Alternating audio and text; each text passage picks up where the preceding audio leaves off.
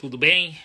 Iniciando nossa short live, a nossa live, nosso episódio número 4 do Kowalski 2.0 e vamos hoje comentar, debater sobre alguns temas que se complementam cada vez mais, né, em relação a hiperlinks, né, a links que se interligam entre os vários conteúdos voltados à programação de treinamento, né? Programação visando desde a reabilitação, passando pela esportes performance e também hipertrofia, fitness e condicionamento, tá? Olha só. Então, nesse episódio 4 do Kowalski 2.0, né, em que o Kowalski sempre busca trazer uma informação relevante, né, ou seja, ele argumenta, né, no nosso post básico, diga algo inteligente, né, Kowalski, say something smart, Kowalski. Então, hoje vai ser um tema que, na verdade, vale uma, duas, talvez três pós-graduações, porque o nosso tema é: se você for estudar algo, decidir neste momento, você decide, vou estudar algo que seja sistemas energéticos. E aí, nas minhas mentorias, né, online, presencial, preparatórias, né, porque as mentorias online, vou dar um exemplo, uma mentoria online, nós temos basicamente 15 a 20 aulas de 2 a 3 horas. Então, vamos traçar 20 aulas de 3 horas, são 60 horas de conteúdo, fora os conteúdos adicionais, né? Numa mentoria presencial, ela começa com 4 meses de preparação, 2 meses em que tu recebe 20 a 30 horas gravadas, depois tem mais 7 a 8 horas, aulas de 3 horas, mais 20 horas, e aí a gente tem o presencial. E um dos meus esforços principais é colocar a ideia do sistema energético como pilar de qualquer qualidade de prescrição. E nós temos uma lista gigante de variáveis, né, fundamentais do treinamento desportivo, né? Todas elas são relevantes, só que elas vão se interligando e algumas, né, são ponto principal, principalmente ligando o episódio 1, o episódio 2, o episódio 3, que nós já tivemos. No 1 eu falei sobre isometria excêntrico, no 2 e no 3 eu falei sobre adaptação da mecanotransdução no tendão e como a estrutura, ou seja, a adaptação músculo-tendínea precede qualquer tipo de movimento. Se nós transpormos isso para a parte bioquímica e basicamente entendendo que a adaptação é o seguinte, vocês devem se lembrar que ela é simples, mas ela tem as pegadinhas, né? Por que ela é simples? Porque nós pensamos, olha, eu faço um esforço, um estímulo, o meu corpo vai fadigar, obviamente, pelo volume e intensidade, e aí ele vai recuperar. Porém, por que tem lesão muscular, né? Se fosse tão simples, a gente treinava e aí teria eventos e nunca a gente teria lesão. Então, basicamente ocorre um problema na parte que em algum momento da prática, do esforço, contração muscular, aceleração, desaceleração, mudança de direção, velocidade, enfim, força, potência, o tecido músculo tendino não suporta a intensidade específica da contração muscular e nós temos o quê? Uma lesão. Partindo do pressuposto que nós temos dois caminhos após receber um estímulo, que é básico. Ou eu adapto positivamente, ou eu adapto negativamente, que é a lesão. Não, lesão aguda, ou lá na frente um processo acumulado, que vai gerar o quê? Aquela ideia que todo mundo já escutou, um overtraining ou uma incapacidade de continuar adaptando, continuar agregando estímulos positivos adaptativos. Ponto. Isso é fundamental. Então, olha só. Se nós temos dois caminhos adaptativos, positivo ou negativo, que é o paradigma fitness fatigue, conforme citado pela teoria do Bannister canadense, ou hoje, 2024, em Pellissieri, fala estímulo, recuperação. Simples. Estímulo, recuperação. Tá? Nós começamos a buscar uma variável que não vou nem dizer subestimada.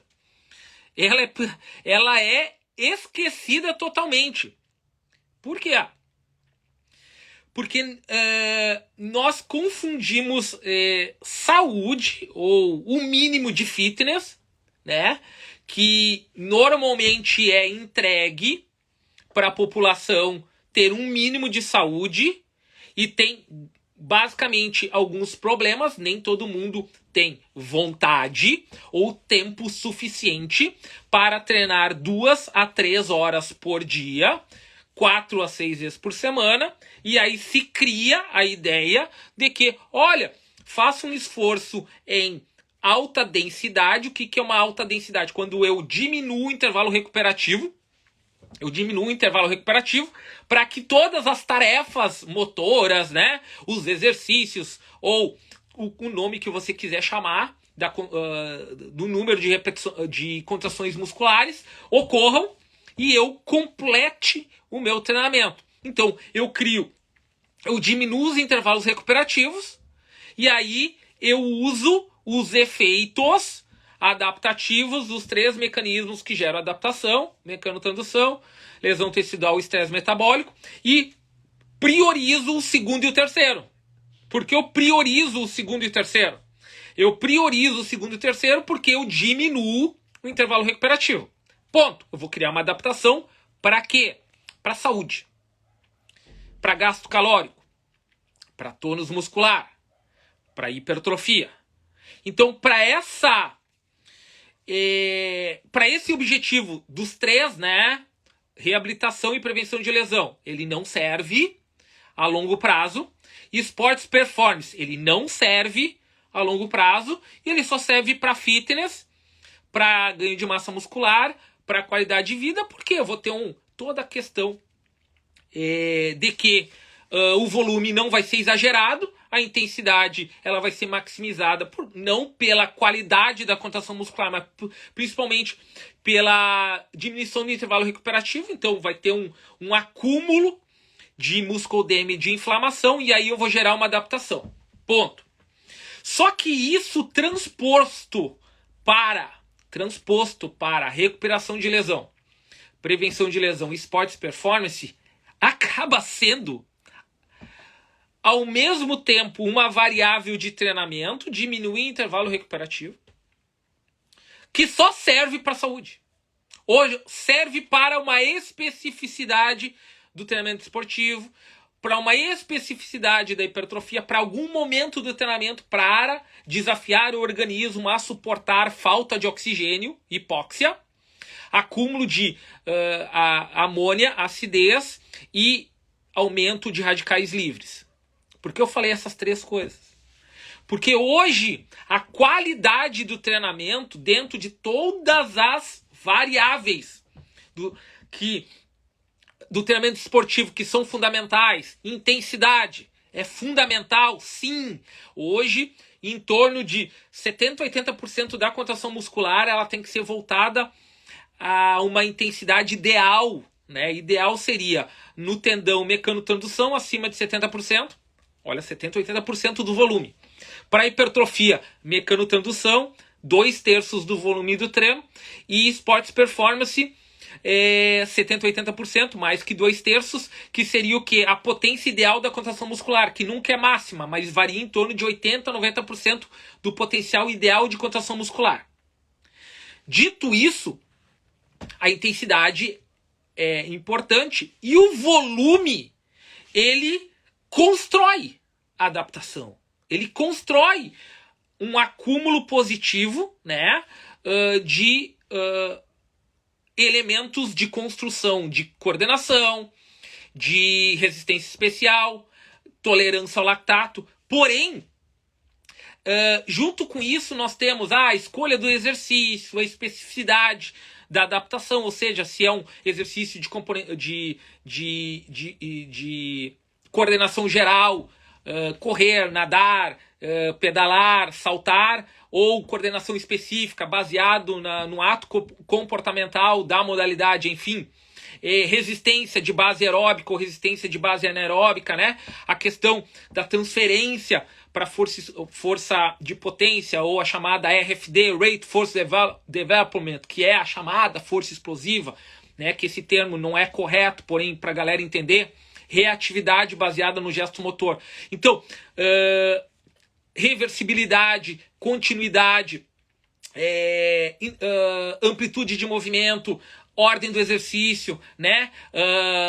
Frequência que a gente treina, né? Dentro da semana, dentro do mês. Tudo isso é relevante. Contudo, para a escola do leste europeu, principalmente escola soviética, desde a década de 80, existe para eles, e principalmente para Nikolai Volkov, né, que foi considerado o maior bioquímico russo moderno, contemporâneo, e se eu não me engano faleceu ali em torno de 2015 a 2017, eu não sei exatamente o ano. Ele foi um dos, entre outros bioquímicos e cientistas da adaptação da biologia molecular do leste europeu, que bateram na tecla que a principal variável hoje em reabilitação e esportes performance, e no meio a gente tem o fitness, que na verdade ele usa o que é pesquisado na reabilitação, na prevenção, e na esportes performance ele pega esses estudos, essas conclusões e aplica. A principal variável é o intervalo recuperativo. E quando a gente fala de intervalo recuperativo, nós estamos basicamente falando sobre a interdependência dos sistemas energéticos. Então, vamos ampliar um pouquinho a ideia do intervalo recuperativo, só para vocês entenderem como ele é ponto-chave e ele é muito simples de entender. Então, todo mundo tem noção dos 3 sistemas energéticos, né? ATP-CP, fosfagênios, energia, entre aspas, limpa, que normalmente ela tem uma meia-vida de 0 a 8, talvez 12 segundos, tá? Então ali, 8 a 12 segundos. A partir de 12 segundos, em média, tendo um pico em 20, que começa a ter o problema da amônia, e aí toda a questão da baixa coordenação do sistema nervoso central e catabolismo tendíneo, muscular e mitocondrial. Nós temos um pico, ou seja, um máximo concentração de lactato em 45 segundos, e aí uma sustentação até 2, talvez 3 minutos, e depois nós começamos a ter um equilíbrio para gerar as bases aeróbicas, né? Então, segundo sistema ali de 12 a 2, 3 minutos, tudo é uma média, tá? Sistema do lactato, glicolítico, né? E depois o sistema oxidativo, o sistema à base aeróbico, ou à base de dominância de gordura, o nome que é chamado, que é uma sustentação a longo prazo. Só que a gente sabe, E os estudos já falam que existe uma interdependência. Então, detalhe, ATP puro, só tem ATP, 2 segundos. A partir de 2 segundos já tem uma percentual mínimo de lactato, enfim. Então, o treino, ele começou a ter uma necessidade, né, de buscar, olha só, intensidade. Vamos traçar o raciocínio que vai ficar simples, tá? Intensidade ideal. Então, se eu sei que a intensidade é ideal, independente da modalidade, ela é média alta intensidade, obviamente.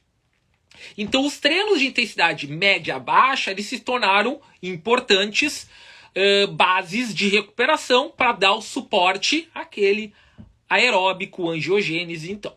Mas, basicamente, a intensidade é ideal.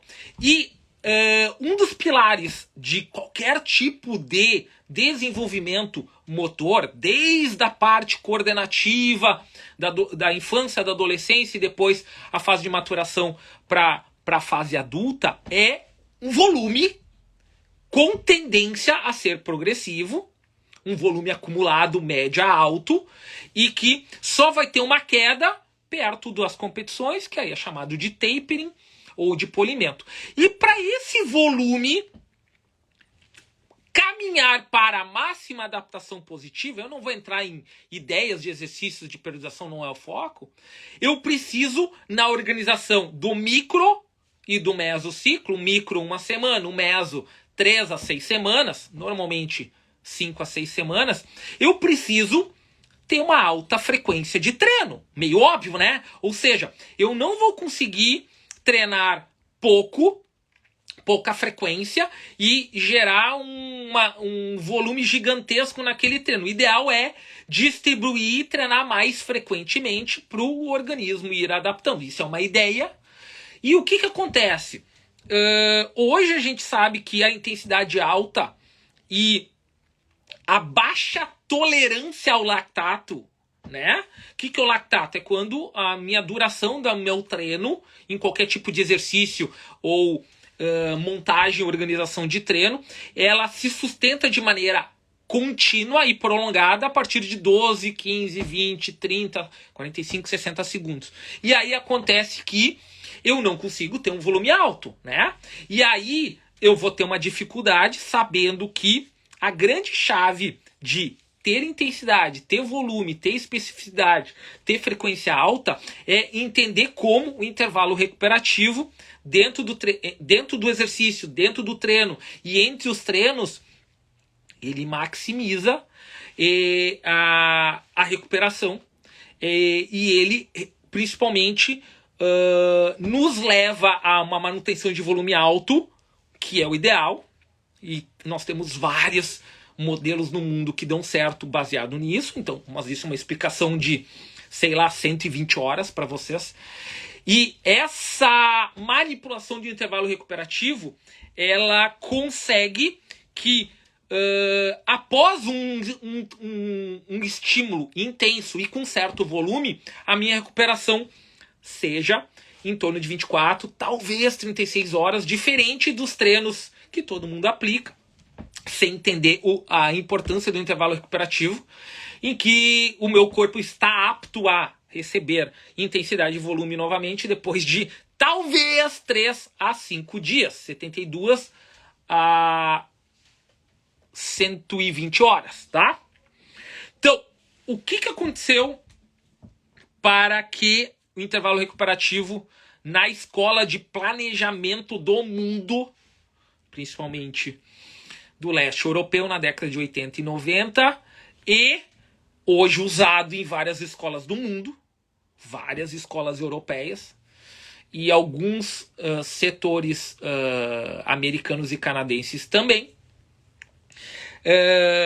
pelo intercâmbio, né? Vocês podem notar que várias referências do leste europeu hoje foram publicadas em inglês por coautores americanos e europeus. Enfim, não vou entrar nesse mérito aí, até que, porque muita coisa está em russo, e quanto mais eu faço curso com russos, mais eu entendo que tem muita coisa em russo que até hoje nem foi publicado, nem traduzido, enfim. e é uma das minhas nos meus projetos, né, o estudo da língua russa, não simplesmente para poder consumir a literatura, tá? Então olha só, o que hoje a gente tem de mais fantástico, que é o seguinte, o intervalo recuperativo é tão fundamental porque ele vai ser o principal regulador do chamado Specific Training Effect. Então, quando vocês tiverem a condição de escutarem os principais teóricos de modelos de programação, esqueçam a palavra periodização, pense em programação específica de treinamento. Porque a periodização é algo mais global, mais, entre aspas, concepção, e que todos usam a mesma. Todos usam a mesma ideia. Parte de uma fase geral, adaptativa de cardiovascular e músculo-tendínea, de força máxima e tendínea, passa por uma conversão para algo que se torne com uma capacidade de força de RFD, força de potência, força de aceleração, enfim, e termina com uma sustentação de sistema energético do gesto motor, normalmente conforme modalidade. Qualquer modelo de programação usa essa. Agora, se eu uso esse exercício, se eu uso aquele, se eu gosto dessa metodologia, se eu gosto deste meio de aplicação do método, aí é outra discussão dos modelos de periodização, mas a ordem é a mesma. Dito isso, todos buscam a máxima adaptação positiva. Todos usam a máxima adaptação positiva e que nos artigos, e o Impellizieri fala disso, 2024, italiano, maior pesquisador sobre controle de carga do planeta, fala o quê? Que nós precisamos maximizar o efeito do treinamento de forma específica. Sabendo disso, eu, graças a Deus, Félix Mirson é um letão que na década de 70 e 80 foi um dos que mais estudou essa questão, e eu tenho uns 4, 5 artigos traduzidos em inglês, né, publicados em revistas internacionais, mas ele tem muito mais materiais, e ele foi alguém muito citado pelo Paavo Komi, né? Paavo Komi, que é referência em treinamento esportivo, mas o Félix Mirson, ali entre a década de 90 e 2000, quando o Matveev ainda estava vivo, se eu não me engano, o Matveev faleceu em 2005 a 2007, mais ou menos isso, eu não me lembro exatamente as datas, tá? Ele foi um dos caras que ali nessa virada de 2000 deu um suporte mais biológico à ideia pedagógica do Matveev. Então, quando eu estive estudando na Rússia, a gente escutou que antes do Matveev falecer, ele já entendia que o modelo de programação de exercício deveria ser mais flexível, e hoje nós temos um profissional no Brasil chamado José Cassidori, meu amigo, né, estudante de doutorado da Universidade Estatal de Moscou, e que fala sobre a chamada modelagem-alvo, que é um modelo de programação de treinamento totalmente flexível, dia a dia, semana a semana, numa concepção mais moderna de estímulo-resposta. Dito isso, o Félix Mirson, e nós estamos voltando à década de 80, né? Antes da queda do Muro de Berlim na Alemanha, antes da perestroika, né? Ou seja, tudo muito difícil, né? O modelo socialista da União Soviética dominando, as pesquisas sendo estimuladas ao extremo de todas as formas para gerar resultados para o modelo soviético. Então Félix Mirson publicou bastante com uma cientista mulher. E por que eu estou chamando isso? 2 a 3 professores e professoras que eu tive na especialização na Universidade Estatal de Moscou falaram sobre a Pshnikova, P-S-H-E-2-N-I-Kova. A Pshnikova, ela era mulher e ela, o que me foi relatado, ela tinha um nível intelectual e de capacidade de produção de material ao nível dos maiores pesquisadores russos. Só que ela só publicava junto com outros homens. E aí vocês sabem, obviamente, que a gente não conhece o nome dela, mas os professores comentaram que ela era, entre aspas, um referencial do mesmo nível dos grandes pesquisadores russos modernos. E ela, junto com o Felix Mierson, numa publicação de 1988, comentou e ancorou essa ideia que provavelmente foi usada pelo Nikolai Volkov, que o intervalo recuperativo era um regulador principal da qualidade de adaptação do treinamento, e aí o sistema energético era a chave. Por quê? Porque ela descobriu e argumentou a chamada Negative Cross Resistance, ou seja, um efeito cruzado de resistência adaptativa negativa, principalmente quando existia a dominância do volume semanal em treinos que tinha falta de oxigênio, acidase e acúmulo de amônia e radicais livres, ou seja, treinos do segundo e terceiro sistema energético, que era a partir de 12, 15, 20 segundos de forma contínua. Então a primeira grande informação foi essa. E nós temos várias literaturas, principalmente do Felix Mierson, que estudou adaptações sistêmicas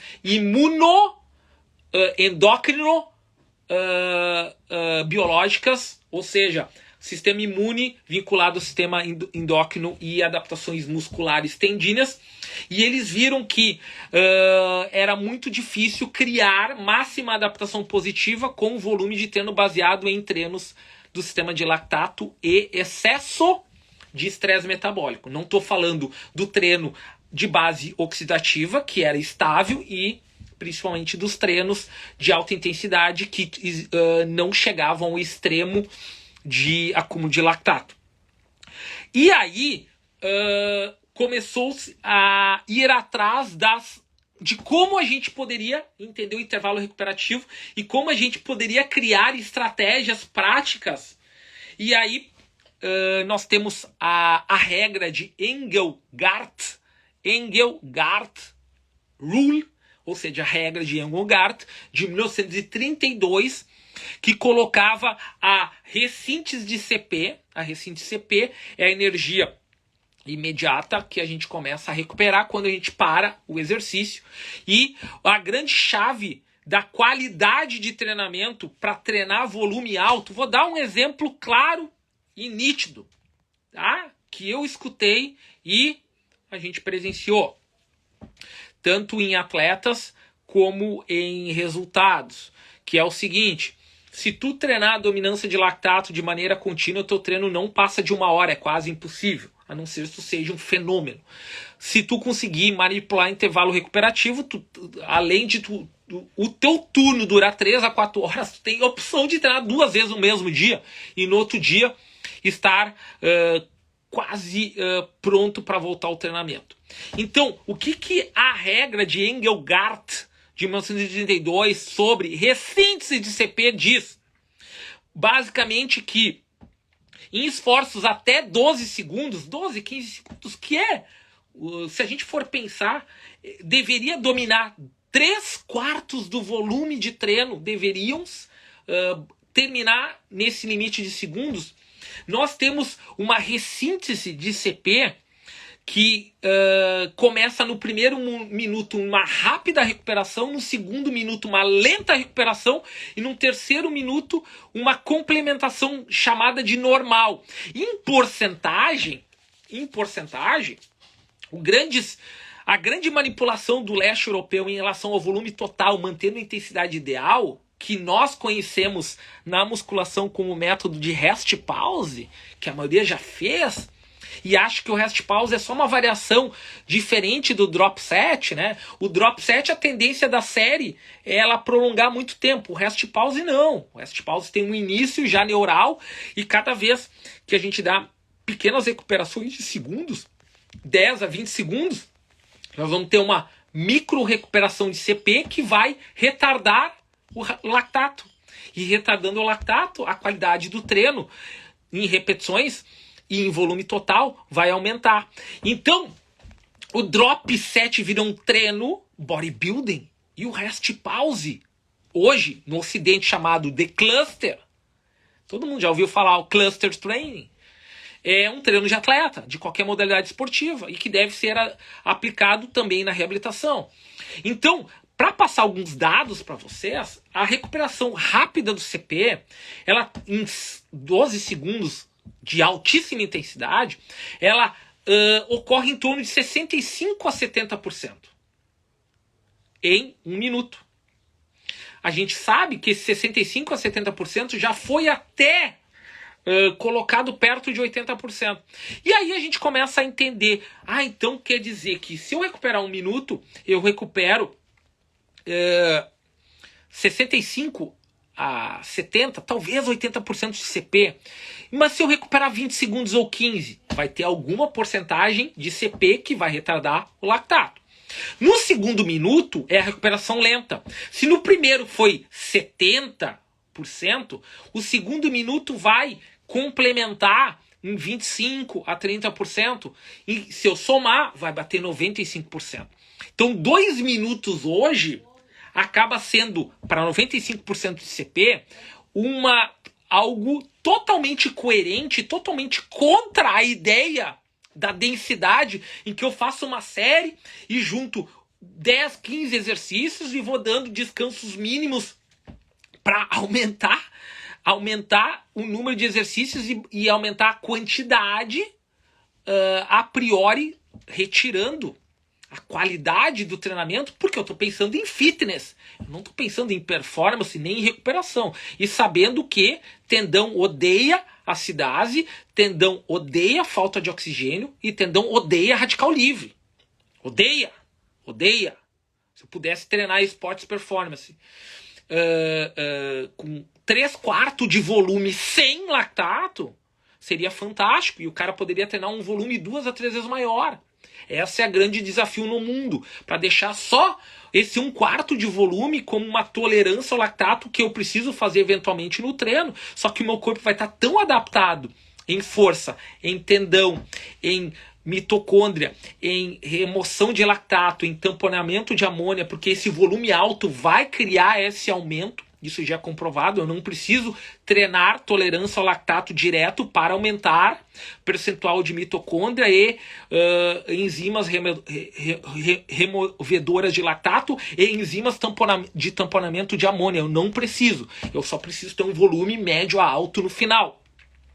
E aí o que acontece? Se até 2 minutos é quase 95%, a última parte, que é 3 minutos, vai bater 97% a 98%, e a recuperação total de CP para um próximo treino é 5 a 8 minutos.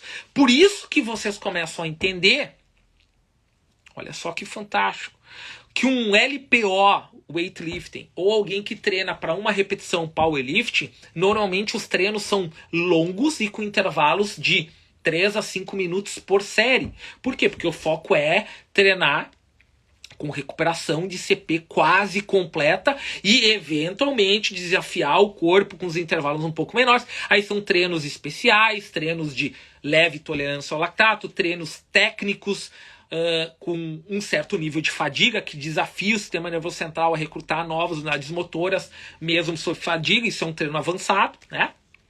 Então, a regra de Engelgard diz que no primeiro minuto eu recupero muito rápido, em torno de 65% a 80% do CP. Aí no segundo minuto eu chego a 95% e no terceiro minuto 97% a 98%. Dito isso, o que acontece? Acontece que, sabendo que a chave hoje é treinar, estar apto para o outro dia treinar, nós temos já difundido na literatura que treinos com um percentual do volume total que não entre exageradamente na zona de lactato, ou seja, chega ali em 8, no máximo 12, 15 segundos de duração, o efeito de rompimento de fibra, lesão tecidual, que ocorre basicamente quando falta oxigênio e tem acidez. E estresse metabólico, que é aquele efeito de sustentação, que vai acabar danificando os canais de cálcio. Os canais de cálcio é o que faz toda essa liberação de maior energia para contração muscular rápida, ou seja, os canais de cálcio são danificados, principalmente pela sustentação prolongada dessa acidez, dessa falta de oxigênio, dessa hipóxia e do acúmulo de radicais livres. Então, sabendo disso, dessa informação, nós sabemos que, e já dito por, eu sempre cito o professor Tácito Pereira, né, considerado por muitos o maior bioquímico brasileiro, que mora nos Estados Unidos, né? E dito por ele que hoje quem estuda a bioquímica e não essa parte que é importante, né? Mas não entra na necessidade extrema de decorar todas as vias energéticas e gatilhos de adaptações moleculares, e sim entender o contexto, ter uma solidez mental dos processos, das interdependências, e saber, conforme o professor Tácito fala, que a bioquímica é o principal conteúdo para qualquer tipo de programação de exercício moderno, ou seja, reabilitação, adaptação hipertrófica de condicionamento e manipulação de programas específicos de esportes performance. A partir do entendimento do sistema energético, a partir do entendimento do intervalo recuperativo, fica muito mais claro a gente distribuir as outras variáveis do treinamento desportivo. E aí a gente vai transitar tranquilamente por coordenações gerais, coordenações específicas, tolerância e aprofundamento de gestos motores conforme modalidade, e toda essa parte complexa, sistêmica, integrada, que hoje está basicamente no foco do movimento específico conforme modalidade esportiva. Beleza? Então, pessoal, esse foi o episódio 4, Kowalski 2.0. Já estou salvando essa live e logo estaremos com ela no feed aqui do meu canal Alex Cavieira, e também do Kessler Performance Underline, e também no meu canal do YouTube Kessler Performance, que também eu estou fazendo lives com conteúdos exclusivos lá uma vez por semana, tá bom? Fico à disposição em inbox para qualquer dúvida, qualquer questionamento das mentorias, online, presencial, conteúdos de excelência em reabilitação, adaptação hipertrófica, condicionamento e esportes performance amador e profissional. Tá bom? Abraço a todos e até o episódio 5. Valeu!